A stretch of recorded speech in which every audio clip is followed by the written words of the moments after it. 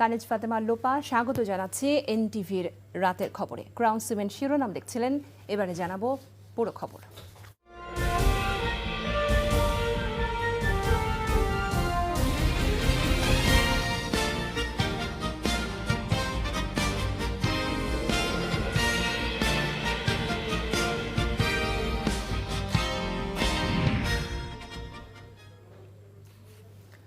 শান্তিপূর্ণ ও উৎসবমুখর নির্বাচন শেষে দেশের বিভিন্ন স্থান থেকে ফলাফল আসতে শুরু করেছে।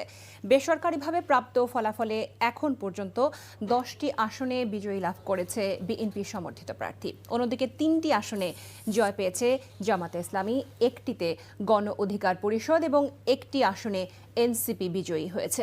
বেসরকারিভাবে ঢাকা 17 এবং বগুড়া 6 আসনে বিএনপি চেয়ারম্যান তারেক রহমান, ঠাকুরগাঁও 1 আসনে বিএনপি মহাসচিব মির্জা ফখরুল ইসলাম আলমগীর, কক্সবাজার 1-এ বিএনপির সালাউদ্দিন আহমদ, লালমনিরহাট 3-এ বিএনপির আসাদুল হাবিব দুলু, ঝিনাইদহ 1 আসনে বিএনপির আসাদুজ্জামান, কিশোরগঞ্জ 3 আসনে বিএনপির ডক্টর ওসমান ফারুক, কিশোরগঞ্জ 6-এ বিএনপির প্রার্থী মোহাম্মদ শরীফুল আলম, সুনামগঞ্জ 2 আসনে বিএনপির নাসির উদ্দিন চৌধুরী, বরিশাল 2-এ বিএনপির সর্দার শরফুদ্দিন আহমেদ শান্তু, পটুয়াখালী 3-এ গণ অধিকার পরিষদের নুরুল হক নূর বেসরকারিভাবে বিজয়ী হয়েছেন। কুমিল্লা 11-তে জামায়াতের নায়েবে আমির সৈয়দ আবদুল্লাহ মোহাম্মদ তাহের, মেহেরপুর 2 আসনে দাড়িপাল্লার প্রার্থী নাজমুল হুদা, মেহেরপুর 1 আসনে দাড়িপাল্লার প্রার্থী তাজউদ্দিন আহমদ খান, যশোর 4 আসনে দাড়িপাল্লার প্রার্থী গোলাম রসুল ও কুমিল্লা 4 আসনে এনসিপির প্রার্থী হাসনাত আবদুল্লাহ জয়ী হয়েছেন। এদিকে ঢাকা 15 আসনে এগিয়ে রয়েছেন জামাত ইসলামের আমির ডক্টর শফিকুর রহমান।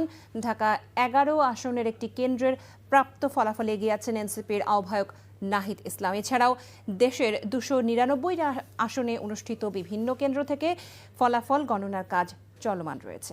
প্রার্থীর ভোটারের পাশাপাশি অনুষ্ঠিত গণভোটে এখন পর্যন্ত হ্যাঁ ভোটে এগিয়ে